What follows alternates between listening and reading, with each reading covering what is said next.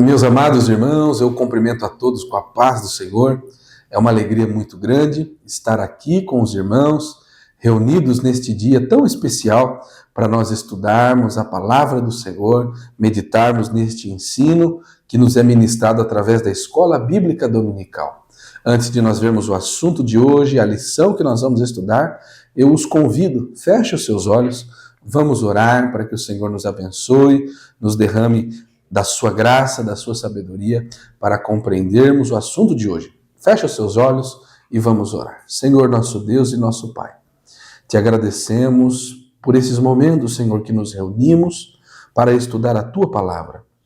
Agradecemos pela oportunidade que o Senhor nos dá, Senhor, por preparar cada professor, por preparar, Senhor, esta estrutura, os nossos irmãos que auxiliam nesse trabalho. Nós somos gratos ao Senhor por isto. Rogamos a Ti, Senhor, nesta manhã, que fale profundamente aos nossos corações. Derrame, Senhor, sobre nós uma porção da Tua sabedoria para compreendermos este ensino e o melhor, Senhor, colocá-lo em prática em nossa vida. Nós temos a certeza, Senhor, que estás presente, nos auxiliando e que sairemos, Senhor, ao término desta aula mais fiéis, mais crentes, e com, Senhor, o conhecimento da Tua palavra melhor, mais aprofundado. É o que nós pedimos e rogamos e já agradecemos em nome de Jesus. Amém. Glórias a Deus. Meus irmãos, vamos ver então qual é a nossa lição de hoje, o nosso textuário e fazermos a leitura bíblica em classe. Meus irmãos, hoje vamos estudar a lição de número 8, que vai falar sobre uma igreja que enfrenta os seus problemas.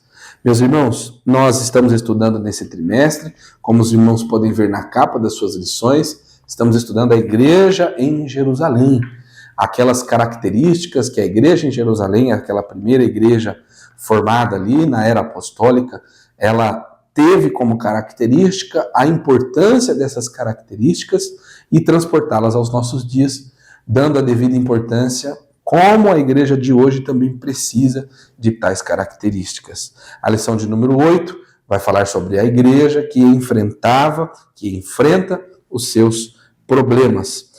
O nosso textuário de hoje está em Atos, no capítulo 6, e o versículo 3, que diz: Escolhei, pois, irmãos, dentre vós, 7 varões de boa reputação, cheios do Espírito Santo e de sabedoria, aos quais constituamos sobre este importante negócio. A nossa verdade prática diz que uma igreja cheia de sabedoria do Espírito age sabiamente para resolver conflitos de relacionamentos. Nesse momento, nós vamos fazer a nossa leitura bíblica em classe, que encontra-se em Atos dos Apóstolos, capítulo 6, dos versículos 1 ao versículo 7. Nós vamos fazer essa leitura porque será a base bíblica para o assunto que nós vamos abordar nesta manhã. Atos 6 e 1 nos diz assim: você, meu querido irmão e irmã, pode acompanhar da sua lição ou da sua Bíblia Sagrada. De qualquer forma, estaremos lendo a palavra de Deus a partir de Atos 6, versículo 1, que diz assim: Ora, naqueles dias, crescendo o número dos discípulos, houve uma murmuração dos gregos contra os hebreus, porque as suas viúvas eram desprezadas no ministério cotidiano. E os 12, convocando a multidão dos discípulos, disseram: Não é razoável que nós deixemos a palavra de Deus e sirvamos às mesas. Escolhei, pois, irmãos, dentre vós, 7 varões de boa reputação, cheios do Espírito Santo e de sabedoria, aos quais constituamos sobre este importante negócio.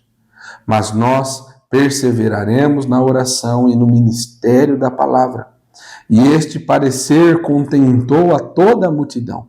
E elegeram Estevão, homem cheio de fé e do Espírito Santo, e Filipe, e Prócoro, e Nicanor, e Timão, e Pármenas e Nicolau, procérito de Antioquia. E os apresentaram ante os apóstolos, e estes, orando, lhes impuseram as mãos.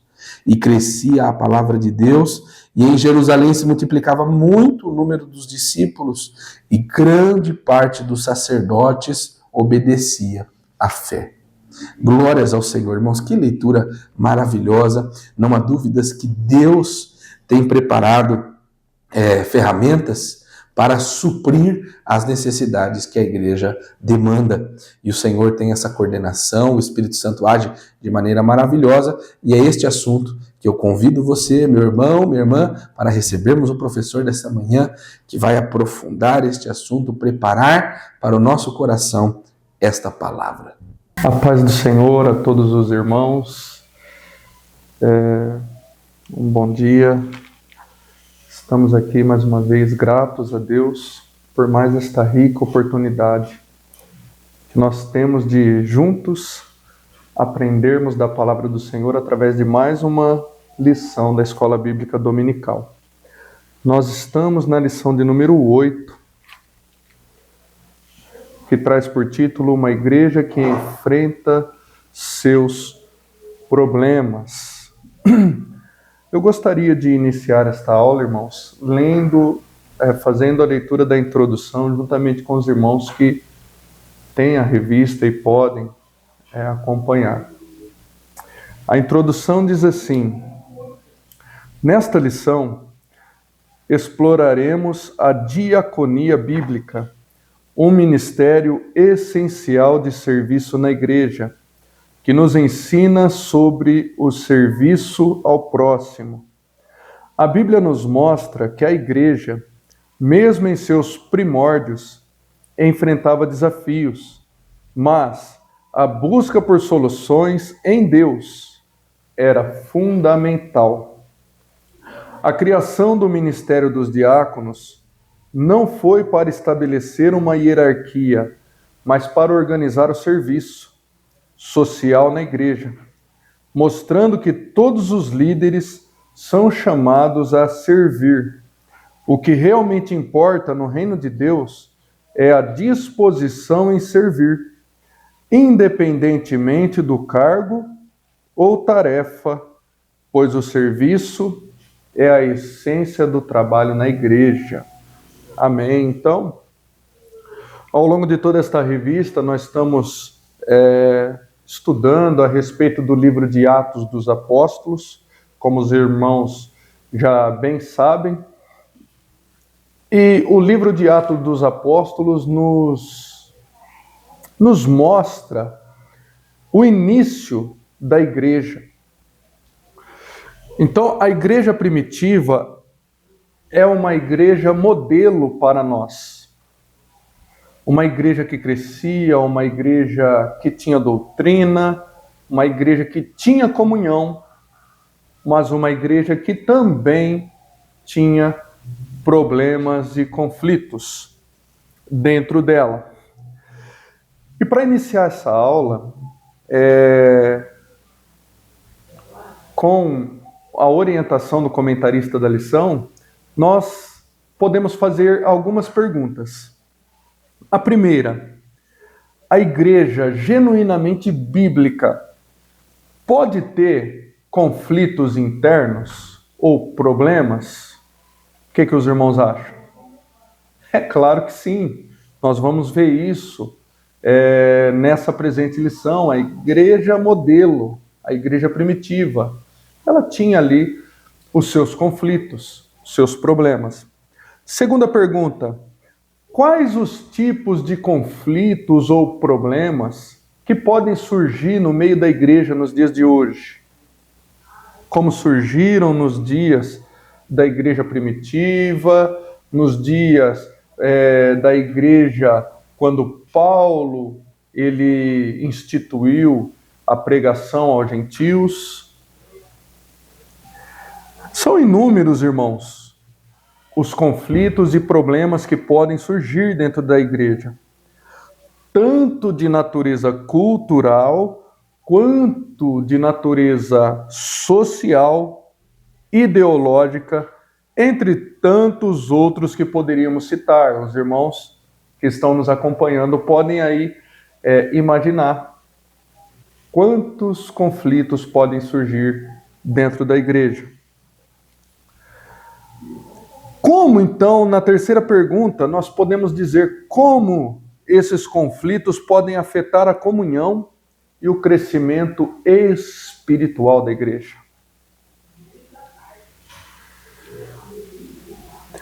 Então, dependendo da intensidade do conflito, irmãos, de como a liderança vai lidar com esse conflito para solucionar ele, existem diversos riscos. Como? Primeiro, um conflito, dependendo da sua intensidade, ele pode paralisar o crescimento físico e espiritual da igreja.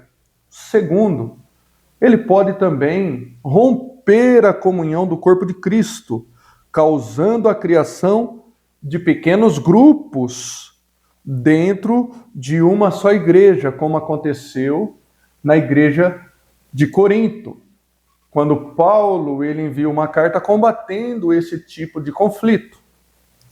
Lá em 1 Coríntios, capítulo 3, no verso 4. Porque dizendo um, eu sou de Paulo, e outro, eu sou de Apolo, porventura, não sois carnais? Perguntou o apóstolo Paulo. Então, nós sabemos que na igreja de Corinto é um grande exemplo também. Existiam 4 grupos, nós conhecemos a história. Um grupo era de Paulo, outro grupo era de Apolo, outro grupo era de Pedro, e outro grupo mais correto que todos os outros era o grupo de Cristo. Eu sou de Cristo. Não é, irmãos? Então, existia uma divisão dentro da igreja, e esse é um dos maiores riscos que pode gerar um conflito, uma divisão dentro da igreja. E nós sabemos, irmãos, que a divisão, ela não é de Deus. A divisão não é da vontade de Deus. O que realmente agrada a Deus é a unidade no meio do povo de Deus, como nós vemos por 3 vezes Jesus pedindo lá em João 17, na oração sacerdotal, para que sejam um, para que o mundo creia que tu me enviaste. A unidade é a vontade de Deus, irmãos.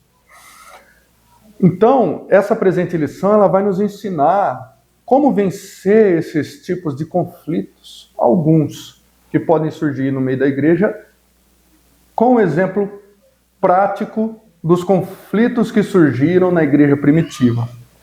Entramos então no primeiro tópico, que diz assim, a identificação dos conflitos.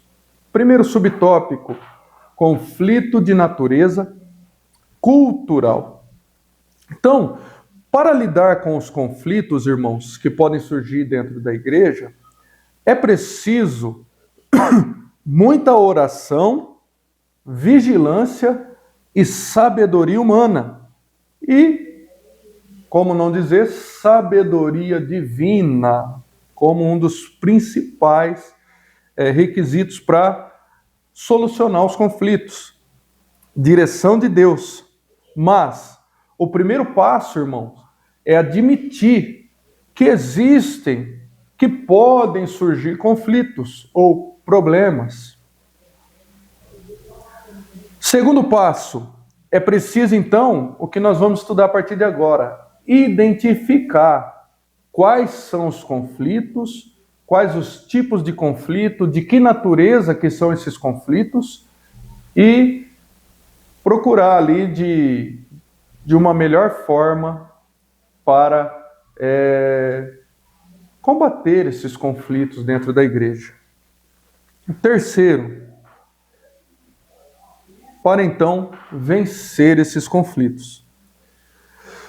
Então, aqui no primeiro subtópico, o evangelista Lucas, irmãos, ele cita um conflito entre os gregos e os hebreus. Atos capítulo 6, no verso 1, a parte A. A referência nesse texto aos gregos está relacionada aos judeus helenistas.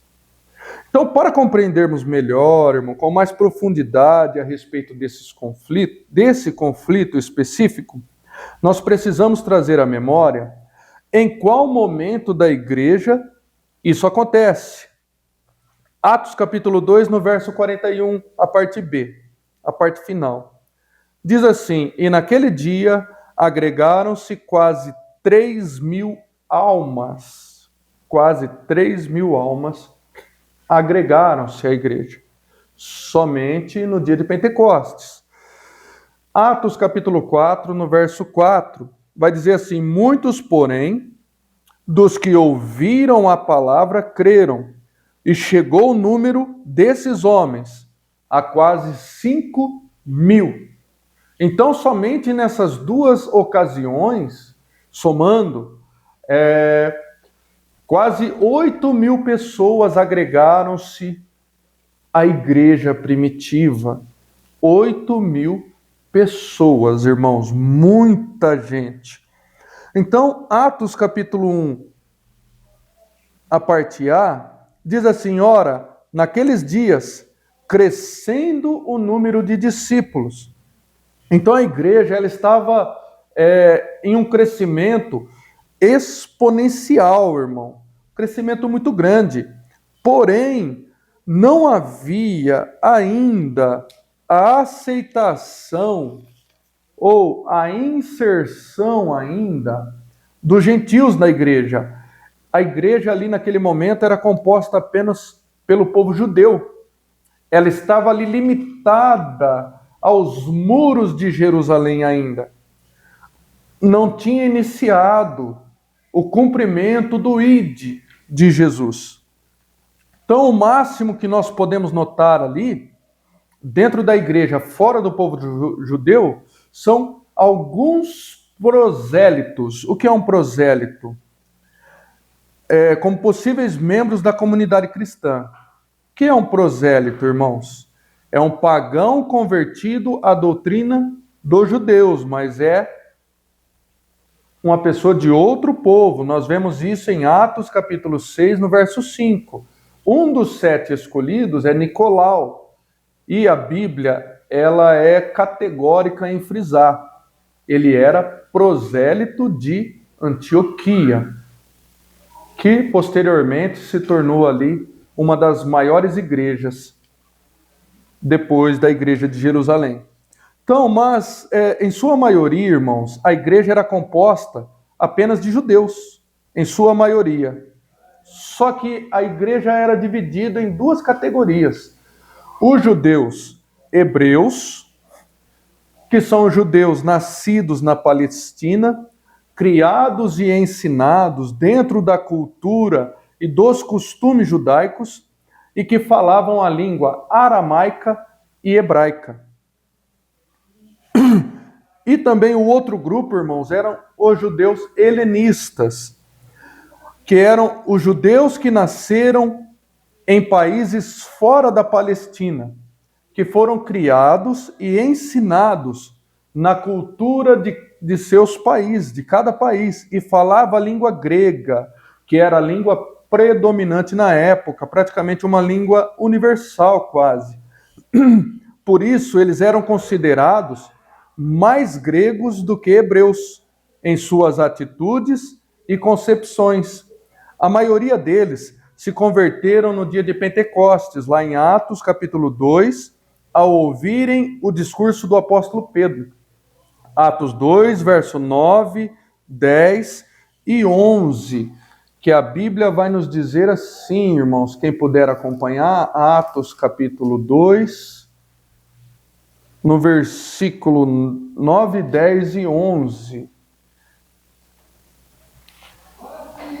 Partos e medos e elamistas, e os que habitam na Mesopotâmia, e Judéia, e Capadócia, e Ponto, e Ásia, e Frígia, e Panfilha, Egito e partes da Líbia, junto a Cirene, e forasteiros romanos, tanto judeus como prosélitos, e cretenses, e árabes, todos os temos ouvido em nossa própria língua falar das grandezas de Deus. Aleluia. Então, povos judeus de várias nações se converteram ali e, muito provavelmente, muitos desses judeus ficaram em Jerusalém e passaram a habitar em Jerusalém a partir daí e se agregaram à igreja primitiva. Então, esse é o início do conflito cultural. Subtópico 2 vai nos dizer, irmão, a respeito do conflito de natureza social. Qual que era o conflito de natureza social? Lucas ele explica que em razão daquela diferença cultural, as suas viúvas, ou seja, as viúvas helenistas, as viúvas de fala grega, elas eram desprezadas no ministério cotidiano e na distribuição diária de alimentos que a igreja praticava no cuidado aos membros mais humildes que precisavam de ajuda. É como chamamos nos dias de hoje, irmãos, o departamento de assistência social da igreja. A igreja tem a sua esfera espiritual, mas ela também tem a sua esfera social. E no subtópico 3 nós vamos então pensar, irmãos, qual é então a prioridade? Nós devemos dar prioridade mais para a esfera espiritual ou para a esfera social? O que os irmãos acham? A esfera espiritual, irmãos, ou seja, as duas esferas, as duas, elas devem ser a prioridade da igreja, claro. Cada uma com o seu grau de importância. A igreja, ela precisa manter um equilíbrio entre essas duas esferas. Não se pode negligenciar uma e dar mais importância à outra. Negligenciar os mais necessitados, irmãos, é um pecado denunciado no Antigo Testamento, Isaías, capítulo 58, no verso 6. Como também é uma falha diante do Novo Testamento, do segundo grande mandamento que Jesus nos deixou. Amarás o teu próximo como a ti mesmo. Então, ele continua sendo uma falha na vida cristã. Não prestar um cuidado aos mais necessitados que se agregam à igreja. Principalmente aos que se agregam à igreja. Tiago vai falar disso. Aos domésticos da fé. Partimos então, irmãos, para o segundo tópico, a delegação de tarefas. O ministério da oração e da palavra. Então, nós vemos que cuidar dos mais necessitados era uma missão urgente da igreja. Mas o ministério da oração e da pregação da palavra de Deus também era um ministério urgente. Então, tanto a parte social quanto a parte devocional e evangelística fazem parte, irmão, de uma única missão da igreja. Não são missões separadas, é uma única missão. Subtópico 2. Não há conflito entre tarefas. Então nós vamos ver que não há oposição nenhuma entre o ministério da palavra e o ministério do serviço social. Não há contradição, onde um é considerado mais espiritual e o outro menos espiritual. Ao contrário, irmãos. Uma tarefa ou função, ela complementa a outra e assim torna a igreja completa e apta para realizar a sua grande missão na terra. Aleluia! O apóstolo Paulo fala muito sobre isso lá na epístola aos Efésios, na epístola aos Coríntios, sobre a unidade da igreja, composta por vários membros, e cada um tem ali a sua função, o seu grau de importância dentro das suas atribuições. Nós conhecemos aí muito bem. Então, irmãos, partimos aqui para o subtópico 3. Vamos falar agora a respeito da diaconia.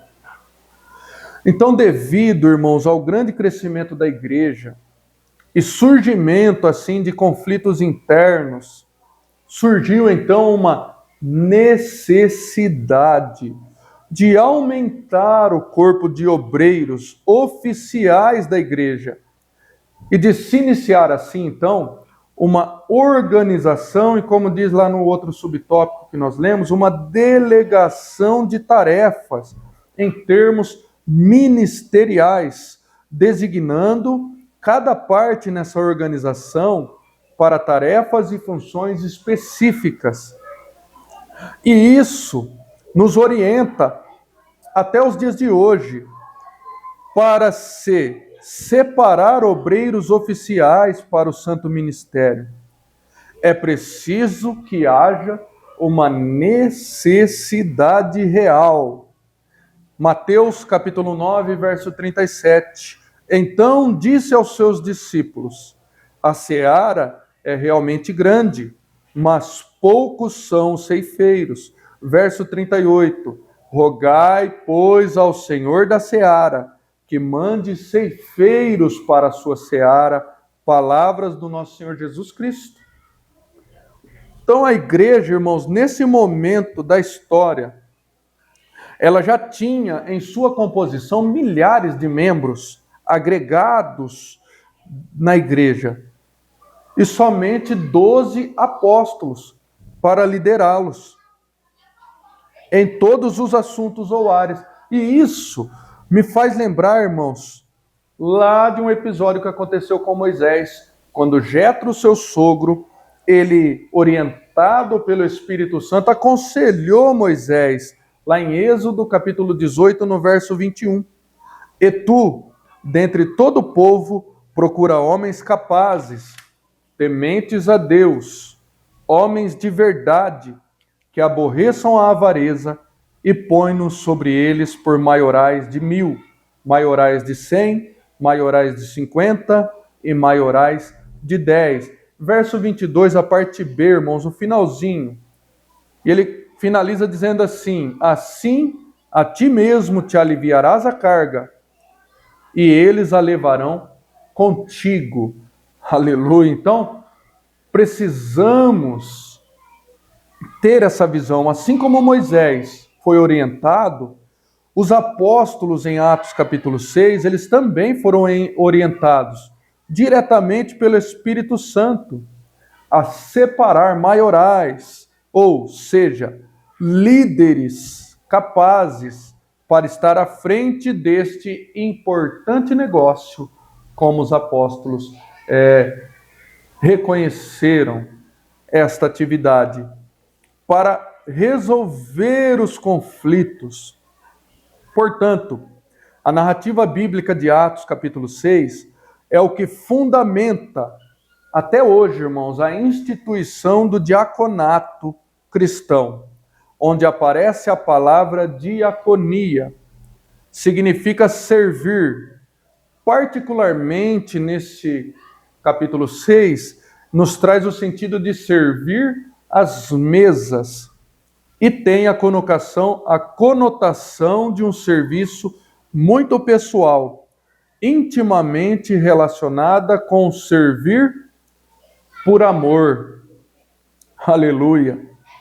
Por isso, no contexto bíblico, a diaconia é um serviço especial, onde pessoas especiais, isto é, com as qualificações bíblicas exigidas, podem trabalhar e exercer essa função tão importante para a Igreja de Cristo. E assim nós partimos para o terceiro e último tópico da lição, irmãos. Seguindo os princípios cristãos, privilegiando o caráter. Então, assim como lá em Êxodo capítulo 18, Moisés precisou, irmãos, estabelecer alguns requisitos para a escolha desses homens capazes. Em Atos capítulo 6 também nos mostra que os requisitos para a separação de obreiros, do corpo de obreiro da igreja, em específico aqui aos diáconos. Aqui nós encontramos então o que diz Atos 6 no verso 3. Escolhei, pois, irmãos dentre vós, 7 varões de boa reputação, cheios do Espírito Santo e de sabedoria. Então, o que significa boa reputação aqui, irmãos? Ela vem nos trazer o sentido de uma testemunha ou mártir quer dizer uma pessoa autêntica, honesta, uma pessoa correta, que não negocia os seus valores para exercer a função da diaconia ou a tarefa, esse ministério. Também encontramos, irmãos, os requisitos para os candidatos ao santo ministério do diaconato, lá em 1 Timóteo, no capítulo 3, no verso 8, 9, 10 e 11, 12 e 13, irmãos. Lá 1 Timóteo, capítulo 3, no verso 8, vai nos dizer assim: da mesma sorte os diáconos sejam honestos, não de língua dobre, não dados a muito vinho, não cobiçosos, de torpe ganância, guardando o ministério da fé em uma pura consciência, e também eles sejam primeiro provados, depois sirvam, se forem irrepreensíveis. Da mesma sorte as mulheres sejam honestas, não maldizentes, sóbrias e fiéis em tudo. Os diáconos sejam maridos de uma mulher e governem bem os seus filhos e sua própria casa, porque os que servirem bem como diáconos adquirirão para si uma boa posição e muita confiança na fé que há em Cristo Jesus. Aleluia! Então nós vemos que as qualificações dos diáconos, elas são praticamente, irmãos, essencialmente as mesmas para os pastores, para os bispos. Interessante que aqui em Atos capítulo 6, os 7 indicados ao ministério, primeiro, foram aprovados pelos membros da igreja. Segundo, foram aprovados pelos líderes, os 12 apóstolos, que por imposição de mãos os oficializou diante da igreja, o que lhes conferiu autoridade oficial para exercer o santo ministério. Então, eles passaram aqui por 2 crivos, mas principalmente, irmãos, passaram primeiro pelo crivo de Deus. Foram aprovados por Deus, aprovados pelos membros da igreja e também aprovados pelos líderes da igreja. E é assim que nós podemos dizer que um servo de Deus, ele tem um ministério abençoado quando ele recebe essas 3 aprovações ou passa por esses 3 crivos. Aleluia. Subtópico 2, exercitando os dons. Então esses 7 homens, irmãos, como os novos oficiais da igreja, eles deviam ser também cheios do Espírito Santo e de sabedoria. E aqui o comentarista da lição, ele nos faz um comentário muito assertivo, irmãos, que diz assim: é possível uma pessoa ser ortodoxa, eticamente irrepreensível, contudo, não ser quebrantada e nem possuir o fervor espiritual. Da mesma forma, é possível, irmãos, uma pessoa também exercitar os dons espirituais, contudo, não ter sabedoria nenhuma. Então, uma coisa não pode funcionar sem a outra. E Tiago, capítulo 1, no verso 5, vai nos dizer assim: se algum dentre vós tem falta de sabedoria, peça a Deus, que a todos dá liberalmente, e não o lança em rosto, e ser-lhe-á dada, principalmente no que diz respeito a nos capacitar, irmãos, a fazer a obra de Deus. Aleluia! Então, o que podemos dizer, irmãos, a respeito deste ministério tão maravilhoso da igreja é que realmente é um ministério especial, feito para pessoas especiais. Aleluia! A conclusão da lição, irmãos, ela vai nos dizer assim: aprendemos nesta lição a importância do serviço cristão. A igreja espiritual é também social.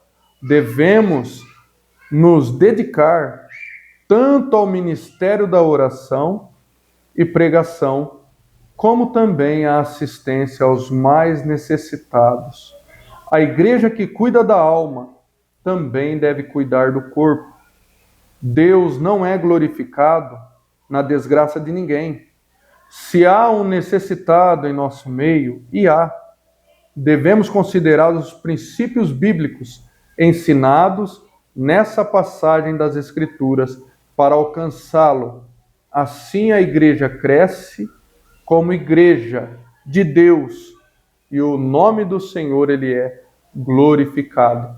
Esse é o maior intuito das nossas vidas como igreja, irmãos. É glorificar o nome de Deus e alcançar aqueles que não conhecem a Jesus.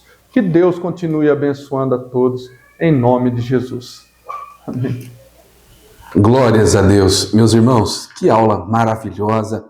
Eu tenho a certeza que os irmãos, como eu, sentiram a presença de Deus, fomos instruídos pelo Senhor e somos gratos a Ele por esses momentos que passamos na sua presença.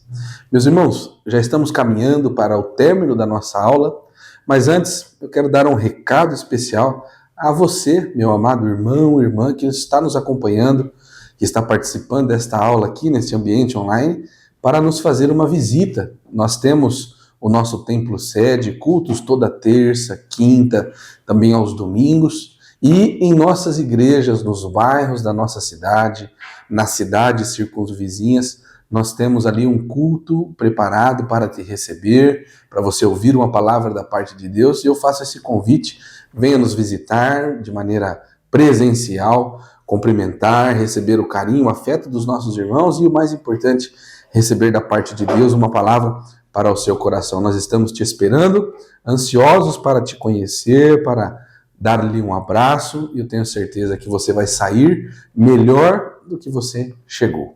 E também nós que amamos a Escola Bíblica Dominical, que estamos aqui estudando a Palavra de Deus, podemos contribuir com a obra de Deus, com a obra missionária. Os irmãos estão vendo aqui os números das contas da nossa igreja, a nossa chave Pix, e ali os irmãos podem enviar suas ofertas, os seus dízimos, abençoar a obra de Deus, abençoar a obra missionária, e nós cremos que o Senhor tem bênçãos especiais reservadas para aqueles que assim o fazem. Então seja você um mantenedor, um ofertante, um dizimista na casa do Senhor, com certeza trairá para a sua vida grandes bênçãos da parte do Senhor. Amém, meus irmãos? Podemos orar nesse término de lição, gratos a Deus por este ensino, por esta palavra poderosa, trazida aos nossos corações. Feche os seus olhos, vamos encerrar essa nossa aula da mesma maneira que começamos, né? Orando em gratidão ao Senhor. Meu Deus e Pai, nós lhe agradecemos por estarmos na Tua presença nessa manhã, por ter, Senhor, nos abençoado, trazido aos nossos corações um ensino poderoso da Tua Palavra. Ajuda-nos, Senhor, a guardar estas palavras, a colocá-la em nosso coração, a colocá-la em prática. Nós pedimos, Senhor, nos auxilia, nos ajuda. Somos Teus filhos, Teus servos. E assim, Senhor, Te adoramos e precisamos do Senhor. Fala aos nossos corações, nos dá uma porção da Tua sabedoria, abençoando o nosso dia, o restante da nossa semana, abençoando o nosso culto à noite. É o que nós pedimos e já agradecemos. Em nome de Jesus. Amém. Glórias a Deus. Meus irmãos, que você tenha um domingo abençoado, uma semana abençoada. Nós nos vemos daqui uma semana em mais uma Escola Bíblica Dominical, que os irmãos já sabem, é a maior escola do mundo. Deus te abençoe.